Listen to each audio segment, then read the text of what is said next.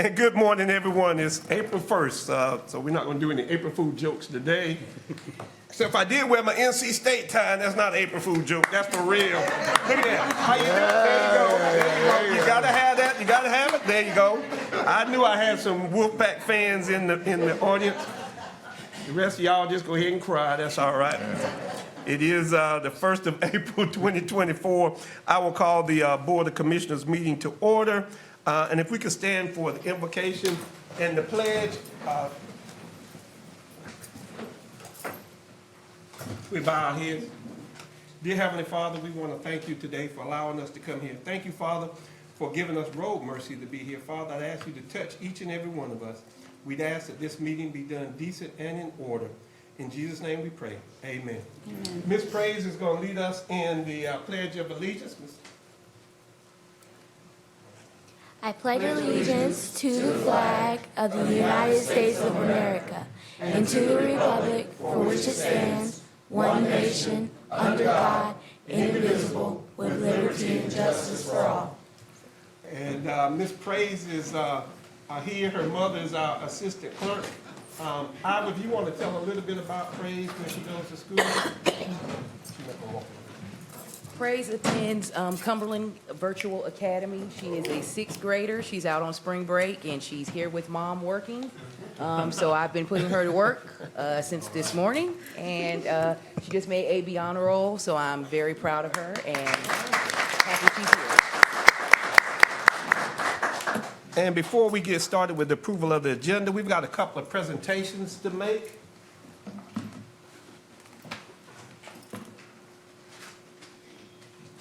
I guess the manager may be in trouble a little bit. You know, we did all of our trying to retain employees and everything, but evidently they keep leaving, so I don't know what it is. So, but we do have a retiree today.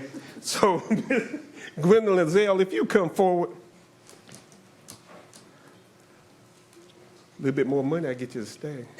I'm finna do revab. I got to make sure I got some people in the tax office. I don't know about this. How you gonna leave me when we get ready to do some revab? You been through enough of them? I have. Okay, all right. So, presented to Gwendolyn G. Ezell, Tax Administration, in recognition of outstanding service to the citizens of Cumberland County, March 7th, 1994, to November the 30th, 2023, from the Cumberland County Board of Commissioners, dated the April 1st, 2024, and it's the county. So, congratulations. I'll let you say a few words. I don't know if Lee Warren wants to say a couple of words, but y'all can all come up and take a picture. Where my picture people? Oh, they come up. First of all, wait a minute. Let me get my picture first. First thing first.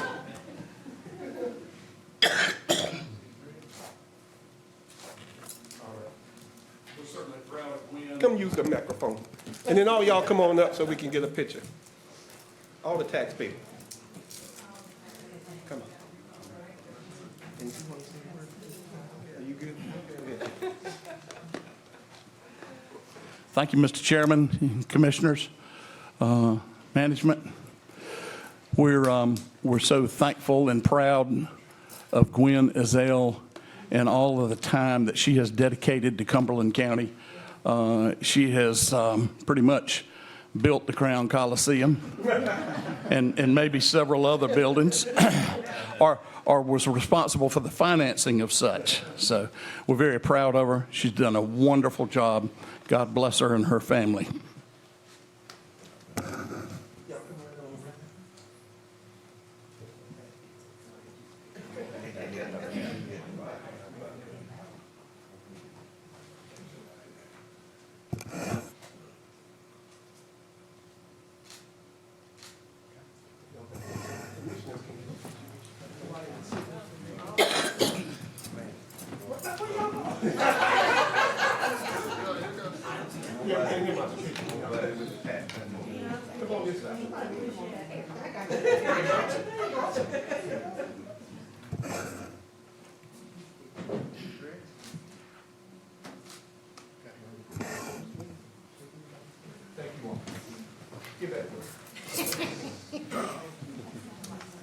That's what he said.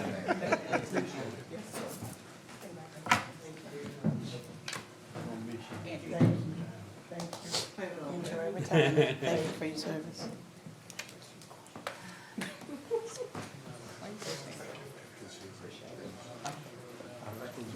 Thank you. And I call Dr. Fleshman up. Dr. Fleshman. This is, you can come stand right here, a momentous day. March 30th, we declared as Doctor's Day in Cumberland County. And it don't matter, don't worry about it. Yeah, no, don't matter.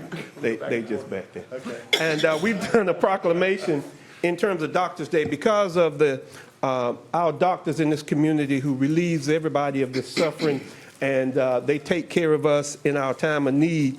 We wanted to be able to give a proclamation. It's exciting what's happening at Cape Fear Valley Medical Center as we bring a medical school onto this campus. It's going to change not only Cumberland County, but southeastern North Carolina.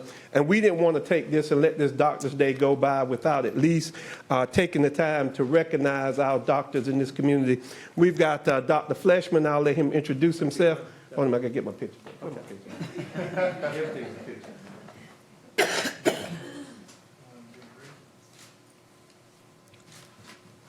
Thanks, Glenn. Okay.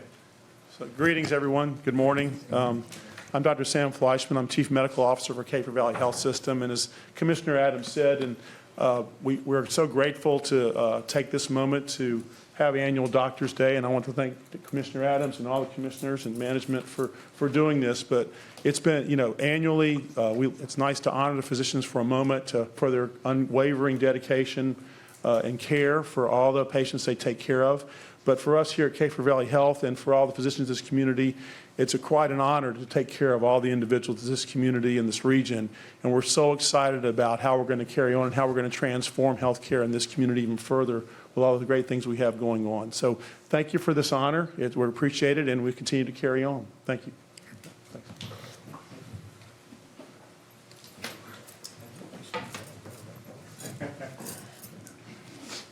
you. Thank you. Good to see you. Thank you, sir. Thank you. Oh, We have digital cameras now, so we'll have to buy film. We had to buy film, we wouldn't be doing all that. We got budget.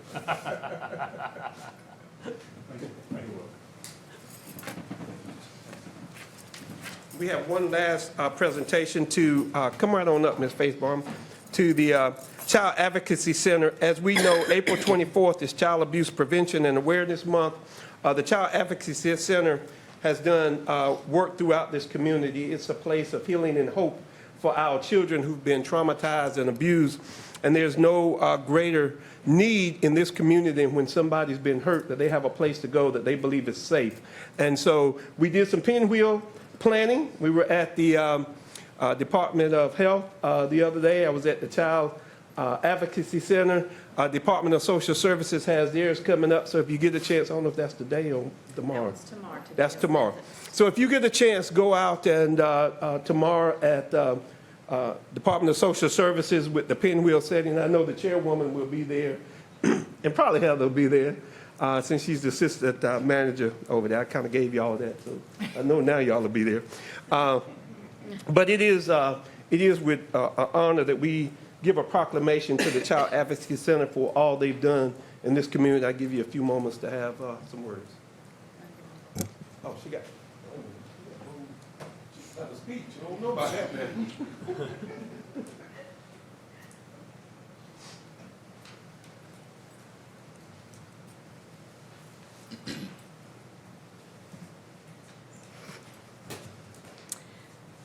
Good morning. I'm Faith Bamer with the Child Advocacy Center. April is recognized, as Commissioner Adams said, as Child Abuse Prevention Month. I want to take a moment to share with you the work that has been happening this past year. To begin, I want to recognize our partners in the community.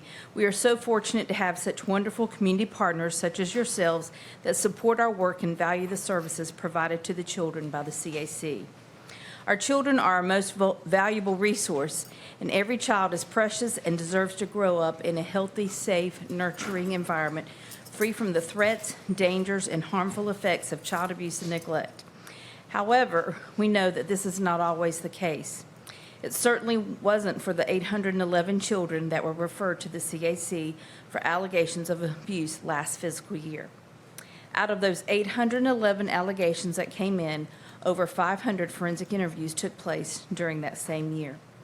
That was a 5% increase from the previous year. 28% of the children seen were 7 years old or younger. 95% of the victims knew their abuser. Childhood abuse can be devastating and can lead to long-term health and emotional problems. However, how a child is dealt with from the very beginning of the process will have a major impact on their ability to heal from the abuse, both in the short and long term. Unfortunately, we can't change what has already happened to the children that come to the CAC, but we can help them heal and know that they can be okay and that the abuse does not have to define their lives and who they will become. In addition to our forensic and victim advocate services, we also offer individual therapy and group therapy, boys group, 2 girls, 1 for middle and school and 1 for high school. 127 children participated in counseling this past fiscal year. We also provide prevention awareness and education free of charge to the community. We conduct child abuse prevention trainings, human trafficking trainings, parent cafes, and more throughout the year. The goal is to help adults know how to recognize the signs of abuse, to react appropriately, and to respond when a report is needed to be made due to disclosure, discovery, or suspicion. April is a time to remind us that no matter the challenges we face as individuals, caring for all our children must always be our first priority. So as you see the pinwheel spinning in the sun this month, let us rededicate our energies to supporting families and cherishing our community's children, helping them grow free from physical, emotional, and sexual harm. Shining in the sun, the pinwheel is reflective of the bright future all children deserve, and for belief that getting it right early is less costly than trying to fix it later. Thank you again for all that you do for the children and families in our communities. The CAC is beyond grateful for your ongoing support of our work to ensure that all children grow up in safe, stimulating, and nurturing environments at home, school, and in their faith community.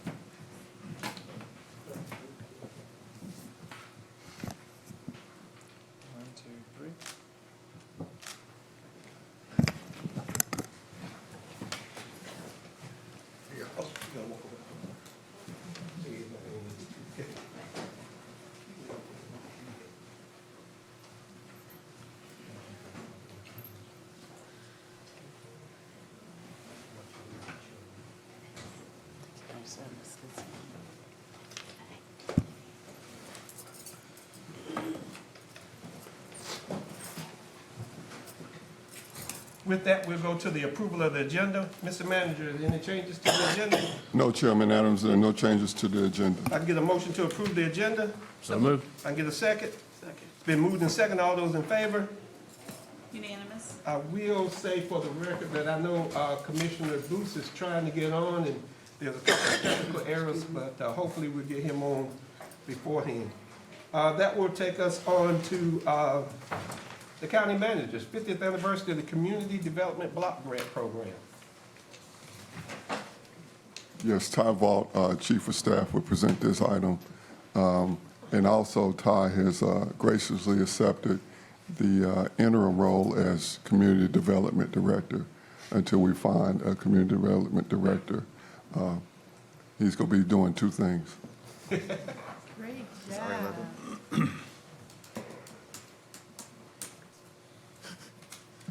Only 2, Mr. Manager? Only two? Well, he does a lot more, Well, but okay, I just wanted to clarify. I didn't want these to gonna be the two shortchange most Mr. important right now. Well, good morning, Mr. Chairman and Commissioners. Good morning. Today, I'm honored to speak about a program that has been a cornerstone of our community's development and resilience, the Community Development Block Grant, or CDBG program. As many of you know, the CDBG program was initiated by the U.S. Department of Housing and Urban Development in 1974. This year marks a significant milestone, the 50th anniversary of the program. Over the decades, Cumberland County has been a proud recipient of over $39 million in CDBG funds. These funds have been instrumental in fostering affordable housing, enhancing public services, and supporting those at risk of or experiencing homelessness. Before I proceed, I would like to take a moment to recognize the hard work and dedication of our community development staff. The success of the CDBG program in our county is a testament to their unwavering commitment. Those in attendance, will you please stand? And please join me in acknowledging them.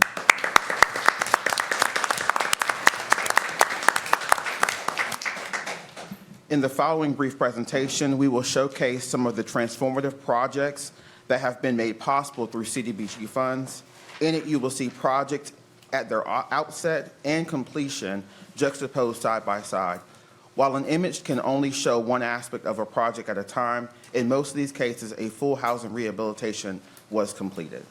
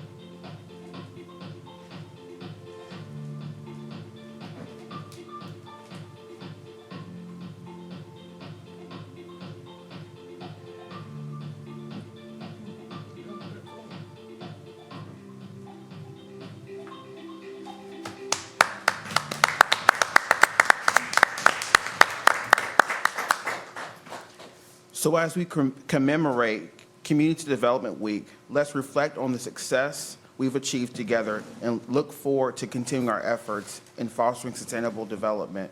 Our shared goal is to ensure a thriving future for all residents in Cumberland County, and the CDBG program remains a key part of that vision. Thank you.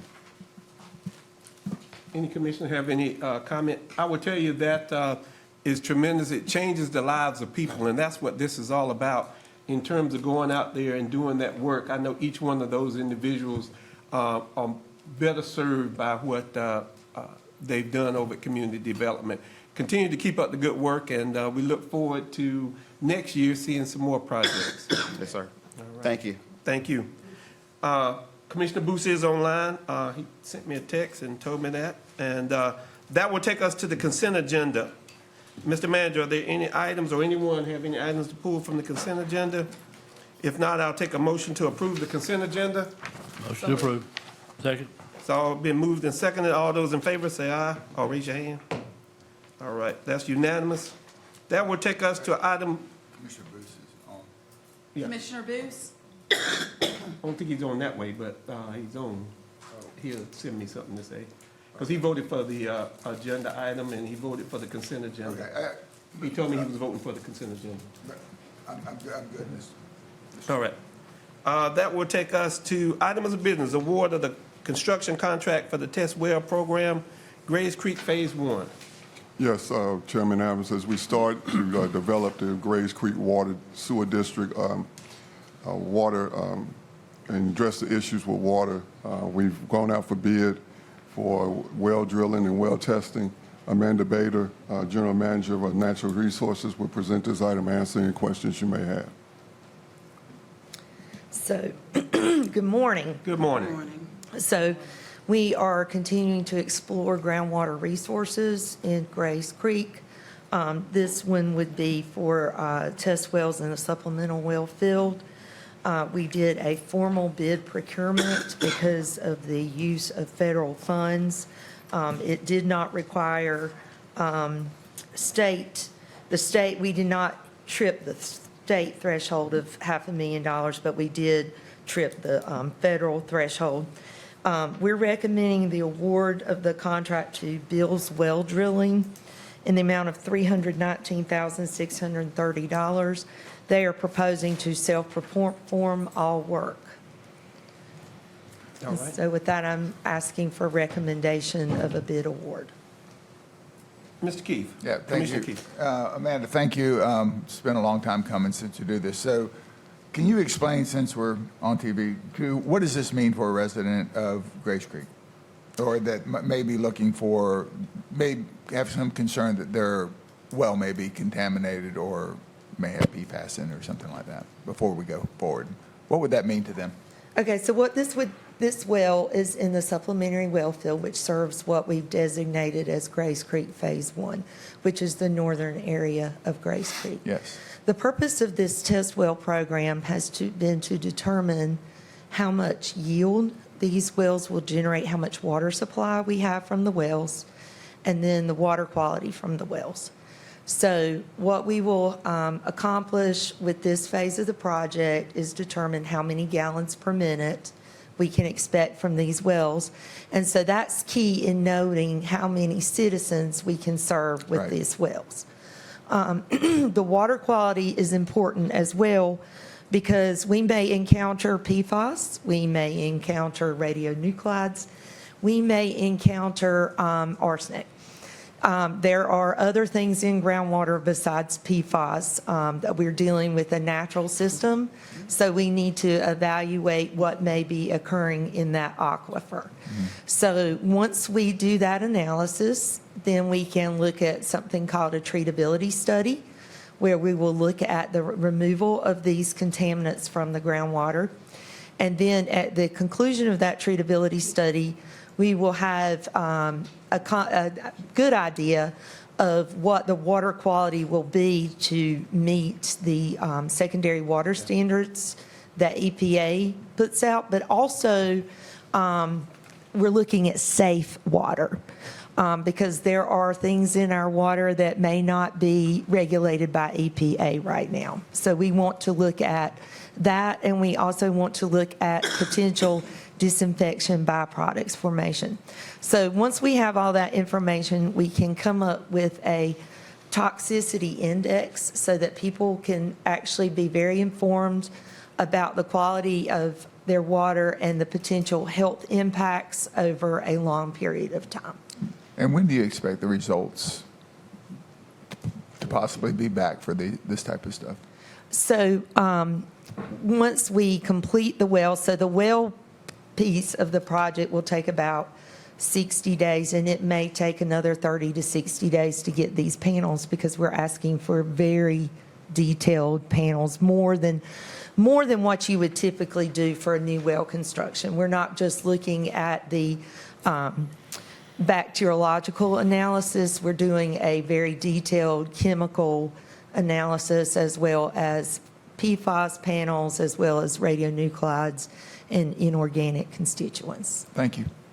And I know Vice Chair asked about arsenic in the water, if you remember, and I know that Commissioner Fairclough and Commissioner Keefe will remember Bullet Circle, which is where they had to run some more lines to be able to do that, because it did come back with some arsenic in it. And I think the county attorney is probably here with that too. So if I can get a motion to accept the bid for the test well program, Grace Creek Phase 1 project, and award a construction contract to Bill's Well Drilling in the amount of $351,593, inclusive of a 10% for contingency purposes.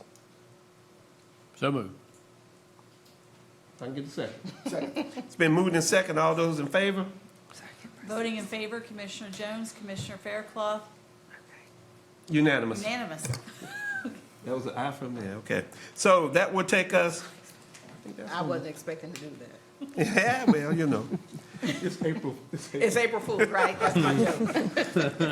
All right, so that will give us to the consideration of a request to reduce flat rate fees at the Ann Street landfill for Cumberland Clean's anti-litter campaign. Yes, we celebrate National County Government Month. One of the campaigns that we have is National Clean Day or Anti-Clean Litter Day campaign. And Amanda will provide some information, a short presentation, and then request a reduction in some of the fees, and so we can address the litter that we are experiencing, the illegal dumping that we're experiencing across the county. So it is National County Government Month, as the county manager mentioned, and the theme is Forward Together. And the goals are to inspire our residents to take an interest in and engage with their communities and lead in new and growing ways. And so one of the programs that Solid Waste promotes is our Cumberland Clean campaign. And I can't tell you how many times we have been on a pickup and people ride by and say, thank you. And we're like, come join us. Right. Come on, step on in. And, but it is very rewarding to see, it's hard work, but it's rewarding to see what we can do at the end of a Cumberland Clean campaign.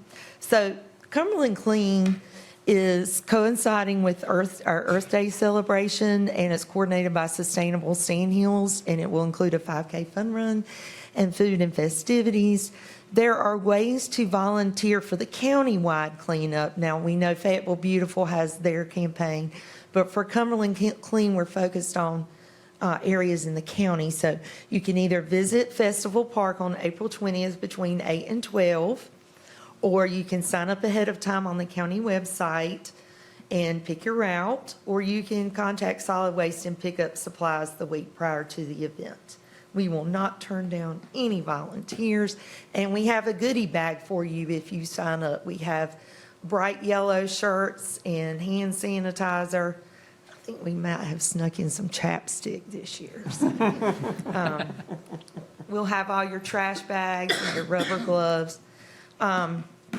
So in addition to Cumberland Clean this year, and in celebration of the County Government Month, we'd like to introduce a concept for a campaign to reduce illegal dumping for the county. So some of the feedback we've received with illegal dumping is we've heard things like, if you didn't charge to take it to Ann Street, then we wouldn't see as much illegal dumping. So we want to suggest or promote a campaign. The request is to reduce the flat rate for pickup trucks from $20 per load for MSW. And I want to add to that MSW and construction and demolition debris. Say that again now? I'd like to add to reduce the flat rate for pickup trucks from $20 per load to municipal solid waste and construction and demolition debris, because we see as much construction and demolition debris as we do Go a little MSW. slower, because I got to write that down. You going way too fast, because it's not added to the motion that we had in. Okay, You're adding this is something different. This is something that we are adding. We've been looking at tickets this morning. This would be construction That's good. Uh-huh, and demolition debris okay. All right, I got it now. to $10 per load from $20 per load. So this would be, and then we're looking at the single item bulky rate from $10 a pickup load, I'm sorry, that's $10 per item to $5 per item. Gotcha. So if you have a mattress or a sofa or anything, any bulky items, it's $5 per item, but you can bring your whole pickup for $10 per item.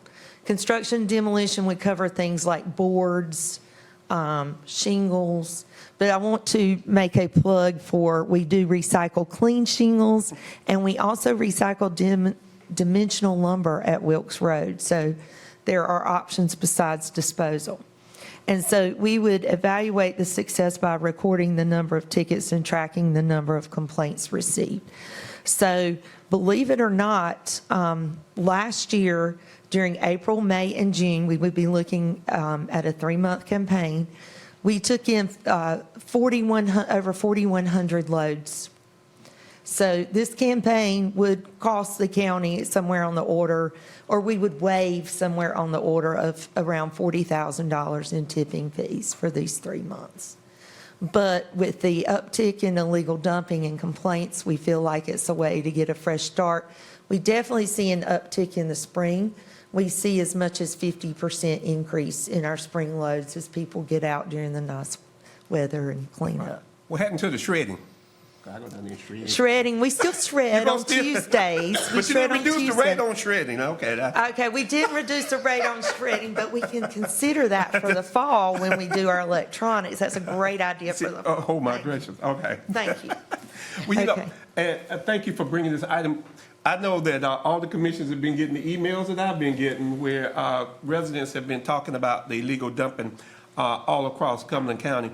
You know, one of the things that I was putting on the agenda setting for the commissioners was whether we needed more container sites or whatever to be able to make it a little bit easier for people to be able to do that as opposed to throwing their mattresses on the side of the road. I'll tell you, I go down to Ladybug greenery down on Legion Road, and next to them is a place where people been dumping. I almost can't go get my flowers because she wants to talk to me about that dumping. So I know the manager and I've had that conversation. Also, I would encourage all of those folk who've been emailing us about the dumping, illegal dumping. I know they're going to be there on the cleanup campaign because they've been talking to us. Commissioner Stewart. Well, you just said what I wanted to say. It's an eyesore, of course, as I'm going anywhere. Sometimes I don't know if, sometimes it look like people may be staying, you know, close to the wood line or something, because you might see a couch there, you might see, and you know, there probably are. But I just want to encourage everybody that lives out in the county to come out and do something, even if it's not the entire time, but just pick a road, and even if it's the road outside of where you live or the road that you live on, And it's an amazing event. I love doing it, and we have a lot of fun. And when there's kids out there, it really is a good example for the kids. It definitely is a teachable moment for kids and adults, which are the ones who are dumping, even throwing trash out the window. It's the adults, not the babies. But great teachable moment. Mr. Manager. I would just like the commissioners, like to say and commend Amanda and her staff. Over the last couple of months, there have been some high-profile illegal dump sites and illegal dumping, and her staff has gone out and cleaned up those sites immediately. Just most recently, last week, we had someone dump, correct me if I'm wrong, 6 king-size mattresses at our local library site, one of the library sites, and so we had to go and immediately go clean that up. So How many? about 6 king-size mattresses right at the dumpster. So we are starting to address the problem. We'll bring back a more comprehensive plan to address it. But Amanda and her staff have done a great job with the items, the ones that the high-profile ones that we've heard about recently. Commissioner Keith. Thank you. As most of us know, illegal dumping is not a new issue, and it is a very complex issue because many of the roads that are on the side are DOT, and many of them are city, and we have to act as a liaison. To the chairman's point, people who illegal dump are basically pretty lazy anyway. They're lazy to get the knowledge of where to do it, and they just are looking for easy places to do it. I know personally for me, if I get a roll-off container at one of my sites, I'm always happy to find out on Monday mornings that I have couches and beds and everything else in my big roll-off containers because people are just looking for an easy way. Then you have to ask yourself, do they not know or do they not care? And do they not know that Wilk Street? Do they not know where they can go to do that? Do they not know all of these things, or do they not care? More sites do help. In some of the cleanest areas around, you have trash cans all around because by and large, if an area is clean, people will keep it clean. Unfortunately, on illegal dumping sites, people will see it on the side of the road and all of a sudden think, well, that's okay. And then you'll find out that it becomes a target area. I mean, haven't we had to go back to the same area time and time and time again because it gets the reputation of being an illegal dumping site? While we're doing this, to the manager and to the chairman, I'd ask you is, I've had conversations with the DA, and there's not a whole lot that they can do or are willing to do on this, but could we possibly have a task force of people who investigate illegal dumping? Because a lot of times people leave a signature, and they should be penalized. They are destroying the aesthetics of our community. They are being selfish and lazy as they do this illegal dumping only because either they're too cheap or they don't care enough about the beautification of our community. So I'd like the chairman and the manager, possibly you too, Ms. Bader, to consider a task force of investigators, to our point, to work with the DA's office to bring charges against people who have habitually been illegal dumping in our community. Thank you. And I would tell you, Commissioner Keith, they do have environmental court. I think Attorney Hasty used to do it. I don't know who does it now. For us, if they find items of that, but that's not, they do have that. It's a very long process. And it's a difficult process. And so I think as he brings that back, the manager brings that back, that may be one of the things that he will look at. Commissioner Fairclough. Thank you, Mr. Chairman. I echo what you and Commissioner Keith were saying. I just thought about when the manager was talking about 6 king-size beds. I thought apartment complex or hotel or something is doing that. That didn't just come out of somebody's bedroom. So, like you said, a signature. There's a trail there. Thank you. All right, if I can take a motion to approve reducing the flat rate fee for pickup trucks from $20 per load for MSW to $10 per load, and construction and demolition for lot debris from $10 to $5. and the single item book rate from $10 to $5. So move. Second. Well, wait a minute, was that $20 down to 10 on the book, on the construction and demolition? I'm sorry, No, that's- $20 down to 10, and then just the book rate from $10 down to 5 for that single item. What was the effective date? It would take place during the months of, starting today, April, Okay, May, and perfect. June, in an effort to reduce the illegal dumping in the county. So move. If I can get a second? And second. It's been moved and second. All those in favor? Unanimous. All righty, that takes care. Thank you so very much. Well, I got a couple of little things I want to tell you about too. We're not through. What So, else is that on my agenda, though? I don't see that on my. well, just informing, this is for information quick, okay. purposes. So we're also running our Cumberland Clean Cover Your Load campaign, where we will be distributing tarps this month, along with educational materials. We'll be doing pop-up visits at our container sites. And with that, that's the end of my presentation. Thank you. Thank you. Thank you so very much. All right, that will take us to, where am I at now? Consideration of the resolution electing the ad valorem method for distribution of sales tax proceeds. Mr. Manager. Yes, in April every year, we have the ability to change the sales tax distribution method. Currently, we're under the per capita method. This resolution would change the method to ad valorem. We'll have 15 days, if approved, to take it to Raleigh and get it, a signed resolution to Raleigh for the method to become effective July 1, 2025. County Attorney Rick Moorfield would present additional information and ask any questions you may have. Well, let me ask you, is it 10 days or 15 days? 15 days. Okay, because it's 15 on this, on the resolution. I might say 10, I'm sorry. Yeah, I was just going to make sure, because on the resolution, it says 15 days.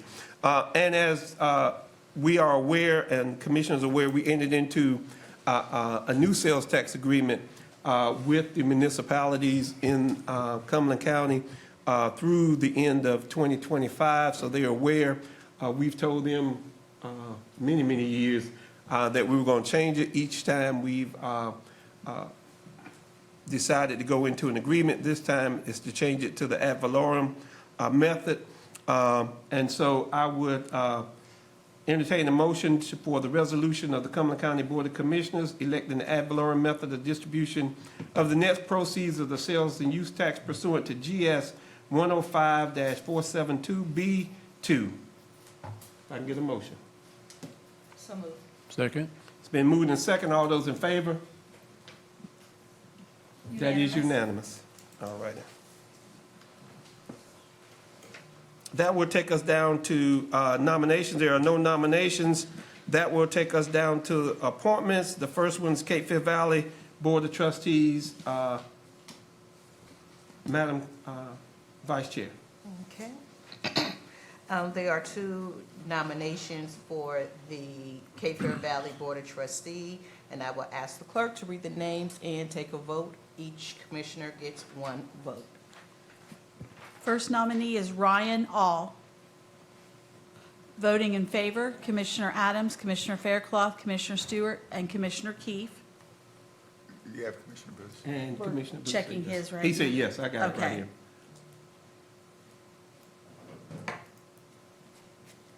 And for Dr. Tarika Fuller. Voting for, one vote for Commissioner Jones. That will take us to the Civic Center Commission. The Civic Center commissioners, there are 5 nominations. Each commissioner gets 3 votes. I would ask the clerk to call the names and count the votes, please. First nominee is Joshua Choi.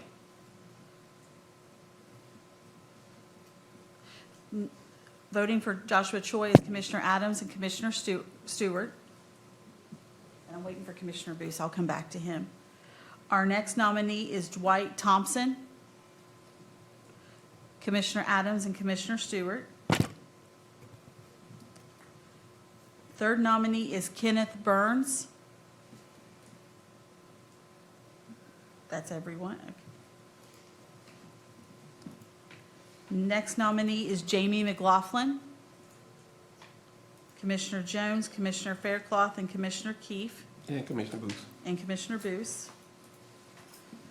And our last nominee is Peter Pappas. Commissioner Faircloth and Commissioner Keefe. So I'm just waiting on Commissioner Booth's 3 votes. That's Commissioner Booth said yes.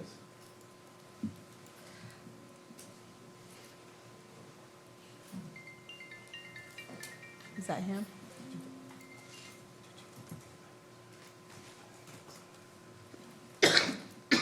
He just wrote back aye, so I have to find out which 3 he wants.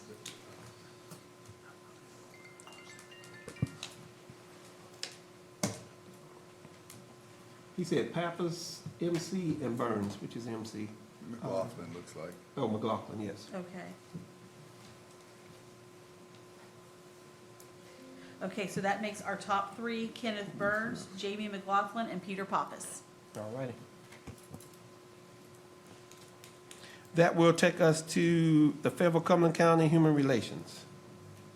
There are 4 vacancies for the Fayetteville Cumberland County Human Relations, and I would make a motion for Sarah Burton, Michael Long, Laura Musler, and Donna Peham. Is there a second? Second. All those in favor? Unanimous. All right. That will take us to the joint Fort Liberty and Cumberland County Food Policy. There is 1 vacancy, and I would ask for a motion to appoint Joyce Adams to the joint Fort Liberty and Cumberland County Food Policy Council. Is there a second? Second. Been moved in second. All those in favor? Unanimous. All right. We will recess the Cumberland County Board of Commissioners meeting and convene the Grays Creek Water and Sewer Governance. And that will take us to, my thing won't move now. Here we go. Which is the award of the construction contract for the test well program, which we just did under the Board of Commissioners, for the $351,593, inclusive of 10% for contingency purposes. Is there a motion to approve? So moved. Been Second. moved in second. All those in favor? Oh, God. You might go vote for you. Vote for it one time. Unanimous. I will adjourn the, Penny and £4. it's I will adjourn the Grays Creek Water and Sewer District Governing Board meeting and reconvene the Cumberland County Board of Commissioners meeting.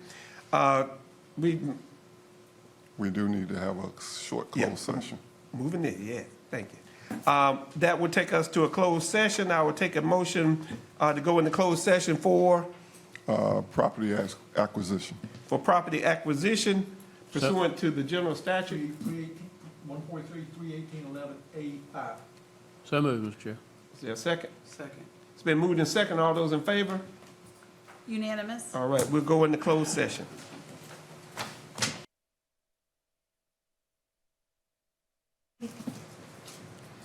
If I can get a motion to go into open session? So moved. Second. It's been moved and seconded. We go into open session. All those in favor? Unanimous. Take a motion to adjourn. So moved. Second. All those in favor? Unanimous. We are adjourned.